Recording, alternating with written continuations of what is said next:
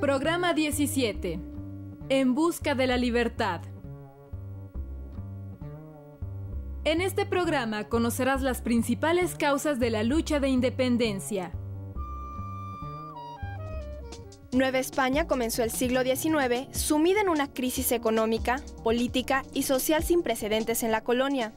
En 1808, tras la invasión francesa a España, se sucedieron diversos hechos que marcaron la decadencia del periodo colonial y, a un tiempo, el inicio de la Guerra de Independencia. Mientras en España se libraban diversas batallas donde los españoles peleaban contra los franceses por recobrar su independencia, en Nueva España crecía la inconformidad social por diversas causas. Algunos españoles pensaron que ante la ausencia del rey Fernando VII, una opción viable era convocar a los representantes de todas las provincias y territorios que conformaban los reinos de la corona, con el fin de evitar estar bajo el mando de José Bonaparte. En Nueva España, esto no fue bien visto, ya que no convenía a los peninsulares, quienes buscaban conservar sus derechos y privilegios que, desde su perspectiva, solo podrían preservarse con la monarquía. Los peninsulares se organizaron y el 15 de septiembre de 1808 tomaron por asalto el Real Palacio de México y depusieron al virrey. El mundo de aquella época era de transformaciones decisivas, tan decisivas que incluso muchos de los cambios propuestos en aquel momento siguen vigentes aún el día de hoy. La Revolución Francesa, las propuestas libertarias, el nacionalismo, dado en el segundo país en dimensiones demográficas de Europa, las ideas de cambio estaban por todos lados. Un mundo además también de guerras.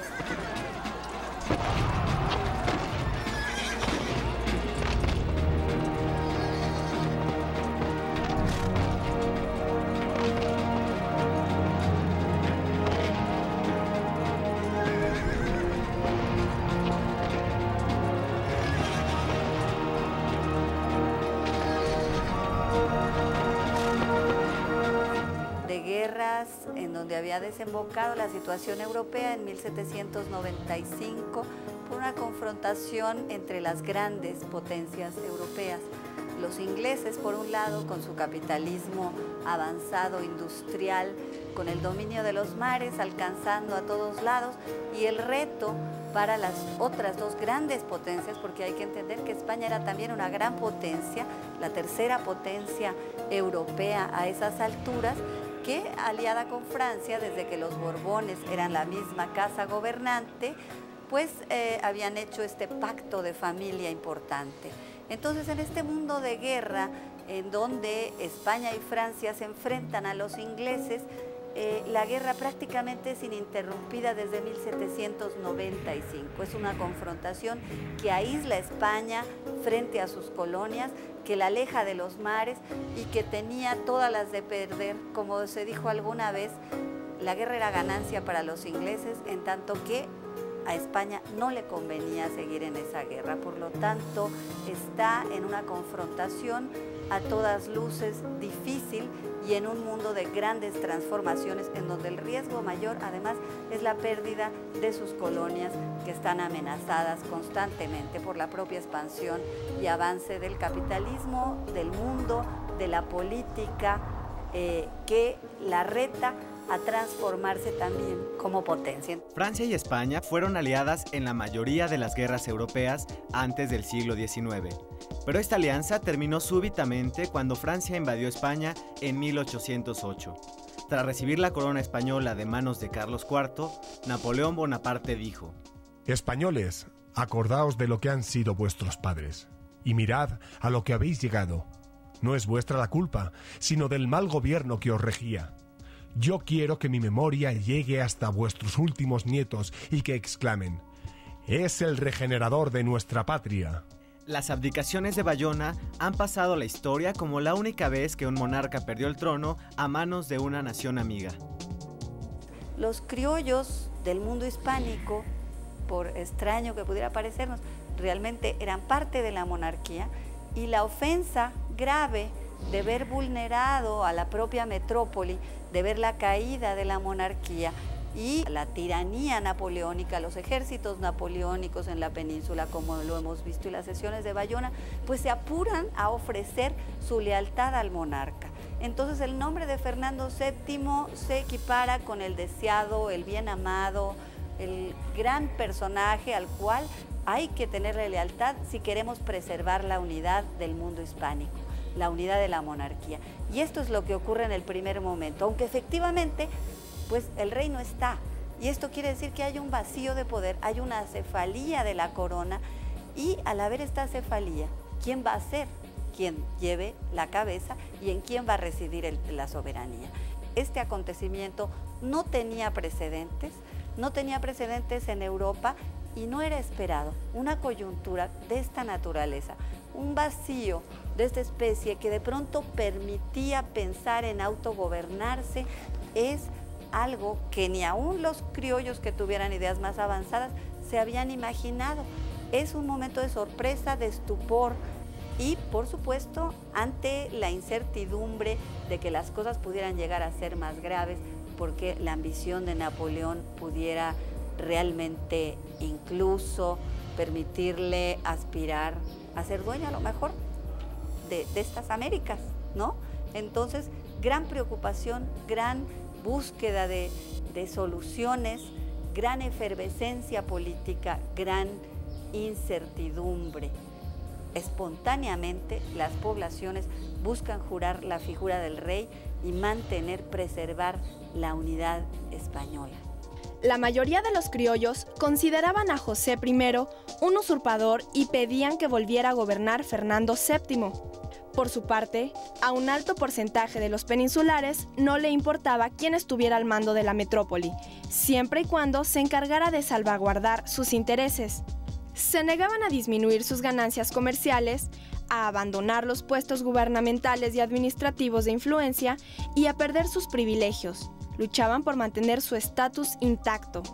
Durante los años que se mantuvo la Guerra de Independencia Española, en Nueva España, los grupos criollos y peninsulares fijaron posiciones.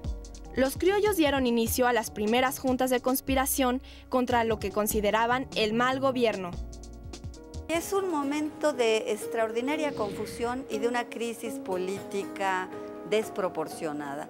En el virreinato había sentimientos de malestar, había molestia, había una cantidad de cosas, pero un derrumbe de esta naturaleza de la monarquía y una crisis consecuente en donde todos los referentes se habían movido, en donde el antiguo amigo ahora se había vuelto enemigo, Francia se había vuelto el enemigo, en cambio el antiguo enemigo, Inglaterra, ahora era el aliado que los estaba ayudando a salir adelante.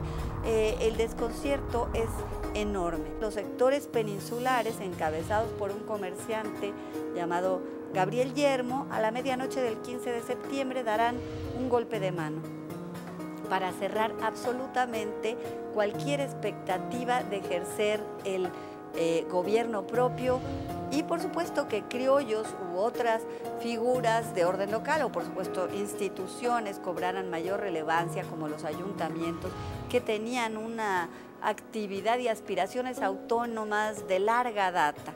Entonces, los grupos peninsulares cierran radicalmente la posibilidad de que estas discusiones puedan llegar más lejos y en consecuencia dan un golpe deponiendo al virrey Iturrigaray y poniendo a otro virrey, que es Garibay. Durante el tiempo que duró la Guerra de Independencia Española, se constituyeron juntas de conspiración no solo en Nueva España, sino en las principales ciudades americanas. Las juntas empezaron en general reconociendo la autoridad real en la persona de Fernando VII, pero dentro de ellas, algunos criollos pedían una independencia total de España. Las Cortes de Cádiz y la Constitución Liberal de 1812 dieron paso al restablecimiento de la autoridad española y lograron moderar las acciones de los independentistas más radicales de la metrópoli, quienes vieron en esto la posibilidad de un nuevo régimen político.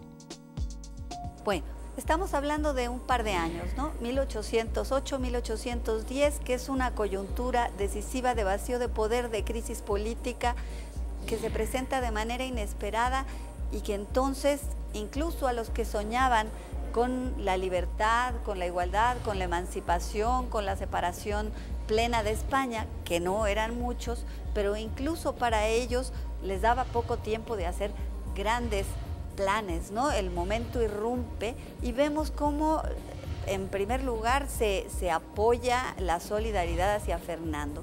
Pero cuando sobreviene el golpe de Yermo, del 15 de septiembre a la medianoche, se cierran una serie de posibilidades para los grupos criollos y sobre todo para los grupos que en esta coyuntura habían aspirado a un autogobierno, a un autonomismo que era algo bastante genuino a lo largo de todo el imperio, puesto que las expresiones locales a través de los ayuntamientos daban cauce a inquietudes muy particulares y una vía tradicionalmente empleada. Entonces, bueno, lo que ocurre cuando viene este golpe es que se cierra cualquier diálogo posible, se cierra cualquier vía de acceder a la autonomía de manera más natural, más paulatina, y entonces este pensamiento, estas ideas, estas inquietudes, estos sentires tienen que irse de manera subterránea, de manera conspirativa. No necesariamente para romper con la metrópoli, con la unidad de la monarquía misma, pero para alcanzar espacios de autogobierno.